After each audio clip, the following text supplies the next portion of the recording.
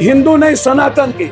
Sir 122 crore Hindustan में सनातनी है और उसके स्वाभिमान को चैलेंज करने की औकात किसी को नहीं है। और यदि पाकिस्तान में किसी हिंदू की बेटी को उठा रहा है तो नरेंद्र मोदी का 56 इंची कहां चला गया। जिस दिन सरकार में सबसे पहले कानून बनाऊंगा जहरीली शराब के खिलाफ फांसी, और जो नेता किसी जाति को गाली देगा और जो नेता किसी हिंदू मुसलमान के आधार पर जिंदा रहेगा उसको किसी भी कीमत पर कोई टिकट मिलने। और गिरिराज टाइप के लोगों को या तो रोकिए या नहीं तो जेल में बंद करिए। फर्क पैदा किए तो पप्पू यादव बढ़ के वो दिखा दे हमको, मेरे लाश पर होके गुजरना पड़ेगा उसको।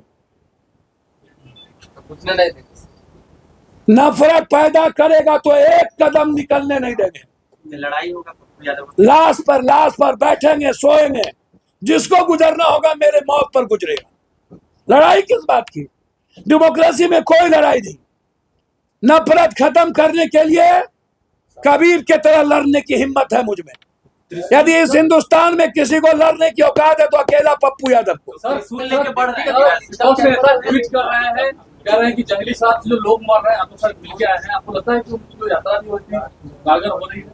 किनकी यात्रा? विपक्ष के नेता भैया, उनकी यात्रा नीचे से कारगर हो रही है।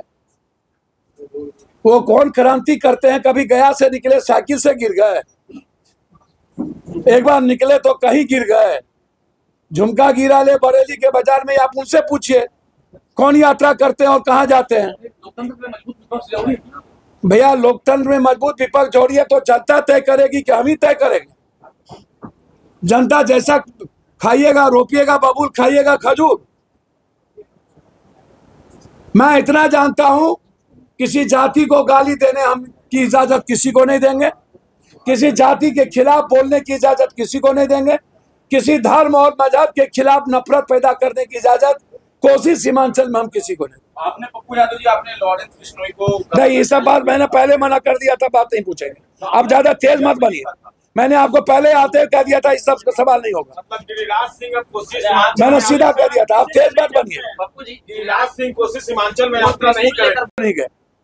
थानेदार 1 महीने के लिए बाय दी वे सस्पेंड होता है और फिर दूसरे महीने 20 लाख रुपया देके पोस्टिंग कर लेता है। चौकीदार दफेदार को सस्पेंड करके बातें को ढक दी जाती है और बनाने वाले और बेचने वाले को सत्ता सियासत बचा लेती है। सिर्फ सत्ता पक्ष तो दोषी नहीं है, नेता में सभी लोग इन्वॉल्व हुए हैं। और जो लोग सबसे ज्यादा शराब बेचते थे वो लोग एमएलसी, वो लोग एमएलए का टिकट लेते हैं। तो आप कैसे किसी एक दूसरे को गाली दीजिएगा? जैसे विजय सिन्हा जी हमारे नेता है, वो कहते हैं आरजेडी को पैसा जाता है, आरजेडी ये कहते हैं सत्ता पक्ष को पैसा जाता है। सही माने में जब लगातार 20 सालों के अंदर शराब आ रहा है, शराब पकड़ा रहा है, रेवेन्यू बाहर जा रही है और बिहार का पैसा माफियाओं और पदाधिकारियों के बीच बंदरबाट हो रहा है, तो उसमें नेता कोई हो तो सभी दल के नेताओं को पैसा जा रहा है। मौत पर राजनीति क्यों? 113 आदमी मरे हैं अभी तक, 113 आदमी, 113 आदमी। डीएम एसपी साहब बैठ करके जबरदस्ती दबंगई करके लाश को जला दिया, बैठ करके। 51-52 आदमी नहीं, 29 आदमी को तो हमने पैसा दिया कल रात तक, 29 अंतिम तक। और 5 गांव हम नहीं जा सके। 113 आदमी लगभग मरे हैं, नाम सहित मेरे पास आ रहा है किस किस गांव कौन कौन लोग मरे हैं। क्यों आनंद फानंद में जला दिया गया? क्यों 2 दिन कैंप करके आप जला दिए?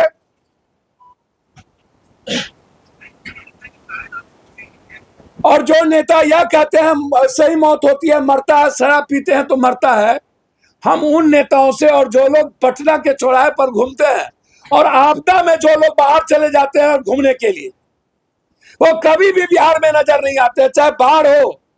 हम डिप्टी सीएम साहब से पूछेंगे कि बाहर में कहीं गए थे कि नहीं? 32 लाख लोग प्रभावित हुए थे, 11 लाख लोगों को राशन पहुंचाए 11 लाख पैकेट, 1.5 लाख लोगों को 1,000 रुपया मैंने पहुंचाया, 1.5 लाख लोगों को। 9 जिला लगातार 13 दिन हम गांव में रहे, 9 जिला। हमने सत्ता पक्ष और विपक्ष को नहीं देखा। तब इनके पास हेलीकॉप्टर नहीं होते हैं। अरे सीमान आप बगल में था, नहीं जा सकते थे, कमर आपका टूट जाता। वो तो हम जानते ही, सत्ता पक्ष और विपक्ष की कमर टूट जाती है। आंदोलन किसी से बिहार में जाना जाएगा तो निचले प्रधान से विपक्ष के नेता के नाम से जाना जाएगा। विपक्ष के नेता आंदोलन के माहिर हैं। हर 2 दिनों पर इनकी यात्रा रुक जाती है, हर 1 दिनों पर इनकी। भाई आंदोलन की क्रांति तो कोई सीखे हमारे विपक्ष के नेता से। हमेशा आंदोलन में ये बहाना ढूंढते हैं। और जब जब बिहार में विपदा आती है, चाहे वो पटना का बाढ़ हो, कोरोना हो, चाहे कोई भी घटना, तब तब सत्ता पक्ष और विपक्ष गायब हो जाता है। और हेलीकॉप्टर से 5 दिन के बाद हमारे नेता जाते हैं और उनको कोई डॉक्टर, कुछ लोग दिखा दिया जाता है दरभंगा में, ऊंचे जगहों पर वो लौट जाते हैं। तो बाढ़ में भी इनको फुर्सत नहीं और यहां भी फुर्सत नहीं। क्या इन लोगों के जेब में पैसा नहीं है? और कुछ लोग जो पैसा दे करके अपना न्यूज चलवाते हैं, क्रांतिकारी लोग 7 लाख का टेंट में रहते हैं, वैनिटी बॉल में बैठते हैं और क्रांति करते हैं कि बाप रे बाप, ना मुसहरी गया, ना पासवान टोल गया, ना चमक टोली गया, ना डोम टोली गया, ना निषाद टोली गया, ना केवट टोली गया, ना गरीब टोली गया, ना बाढ़ में गए, ना तूफान में गए, और क्रांति करेंगे। मेरा कैंडिडेट अलाउद्दीन के चिराग है। हम ऊपर से एलियन से ले आए। मैं कह रहा कुटोन किशोन बेटा के नाम दुर्गादास,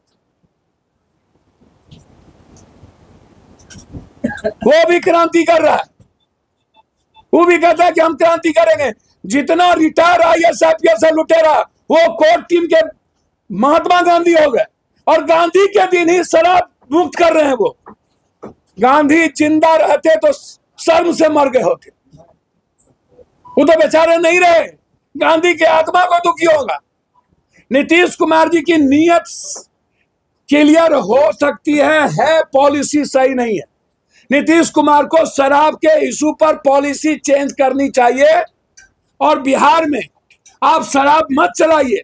शराब पर टैक्स 70% बढ़ा दीजिए, जहरीली शराब का प्रतिज्ञा लीजिए और कानून लाइए, आजीवन कारावास का, डिस्चार्ज का। और इंग्लिश शराब आप 70% बढ़ा के आप कोई ठेका मत दीजिए।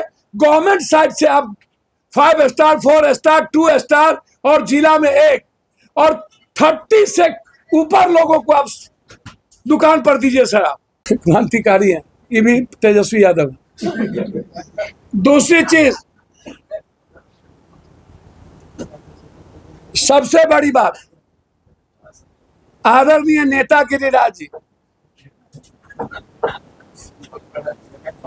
3 मिनिस्ट्री रहे, वो तीनों मिनिस्ट्री में वो लड्डू टाटा फिश, एक भी काम बिहार में नहीं आज तक। एक काम कोई उसका दिखा दे हमको। मैं गिरिराज बाबू पर इसलिए नहीं बोलना पसंद करता हूं कि वो भूमिहार समाज से है, पेट में दर्द हो जाएगा एक बार को, इसीलिए मैं नहीं बोलता हूं।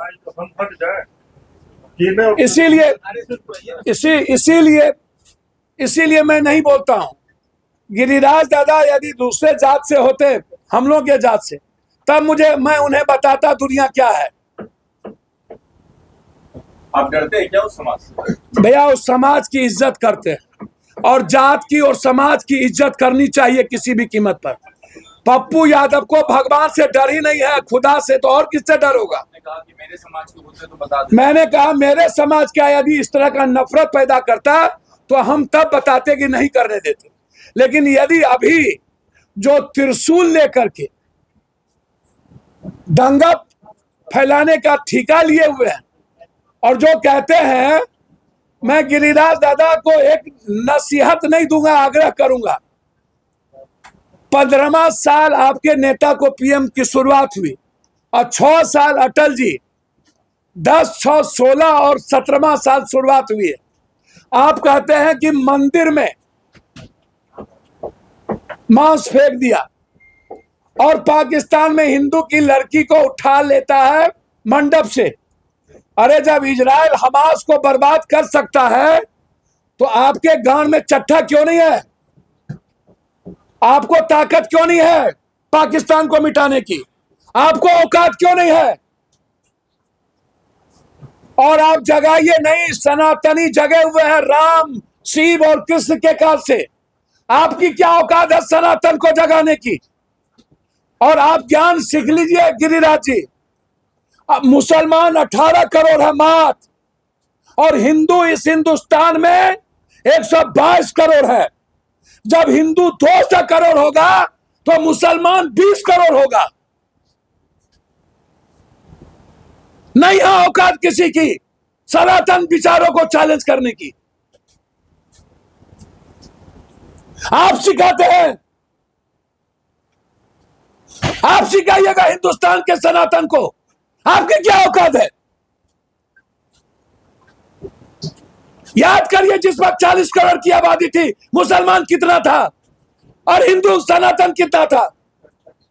आप पप्पू यादव को जगाइएगा, और जगाने के लिए आप जाइएगा मुसलमान के घर में, आप वहां जगाने जाइएगा। अरे जाइए ना, पाकिस्तान को मिटाइए ना। औकात है तो दाऊद इब्राहिम को लाके फांसी दीजिए ना। क्यों चट्टा नहीं है? बहराइच में भी दंगा हो गया है, वहां भी माहौल माहौल खराब कौन करता है? नेता ना। जब जब चुनाव आता है तो नेता ही माहौल खराब करते हैं। जब जब चुनाव आते हैं तो नेता खराब करते हैं। और ऐसे एरे गेरे बहुत आए गए, बहुत माहौल खराब करने आए सीमांचल को। गिरिराज दा, आप अपने विभाग का फैक्ट्री लगाने आइए, स्वागत करेंगे। बाढ़ से मुक्ति दिलाने आइए, स्वागत करेंगे। मक्का मखान पर आप काम करने आइए, स्वागत करेंगे। यदि नफरत पैदा करिएगा ना तो सीमांचल और कोसी है। और मैं पप्पू हूं, मैं दुनिया की ताकत से मैं मरना जानता हूं। एक कदम भी बढ़ने नहीं देंगे जब तक मैं जिंदा रहूंगा। नफरत पैदा किए तो एक कदम भोंग देगा। आपका जात है, तुलसी भोंग देगा। सर वो तो हिंदू के स्वाभिमान, आप ठेका ले लिया है तो भोगवा दीजिएगा। हिंदू के स्वाभिमान की बात करें, इसका आपको दिक्कत क्या है जी? हिंदू के स्वाभिमान की बात, हिंदू की स्वाभिमान की बात राम ने किया था, कृष्ण ने किया था, आम आदमी नहीं करता। हिंदू नहीं सनातन की। सर 122 करोड़ हिंदुस्तान में सनातनी है, और उसके स्वाभिमान को चैलेंज करने की औकात किसी को नहीं है। और यदि पाकिस्तान में किसी हिंदू की बेटी को उठा रहा है तो नरेंद्र मोदी का 56 इंची कहां चला गया? उसको बोलिए सीधा बम पटक दे। बात खत्म। और 70% टैक्स बढ़ा दीजिएगा तो बिलो ऑफ पॉवर्टी लाइन के लोग नहीं लेंगे सर। आप पॉलिसी तो बनती ही है चेंज होने के लिए। जब कोई अमेंडमेंट आने के लिए समय समय पर बिल अमेंडमेंट आता है, नियम होता है। हम शराब को पूर्णतः खोलने की बात नहीं करेंगे, लेकिन पॉलिसी के पक्ष में हम हैं। और हम चाहते हैं कि जिस तरह के हालात है उसमें पॉलिसी चेंज हो। हम आग्रह करेंगे, लेकिन हाथ जोड़ते हैं नीतीश जी आपसे और तेजस्वी जी क्रांतिकारी आपसे। आप इस युग के बड़े क्रांतिकारी बन जाइए, लेकिन आग्रह करेंगे कि एक कानून ले आइए।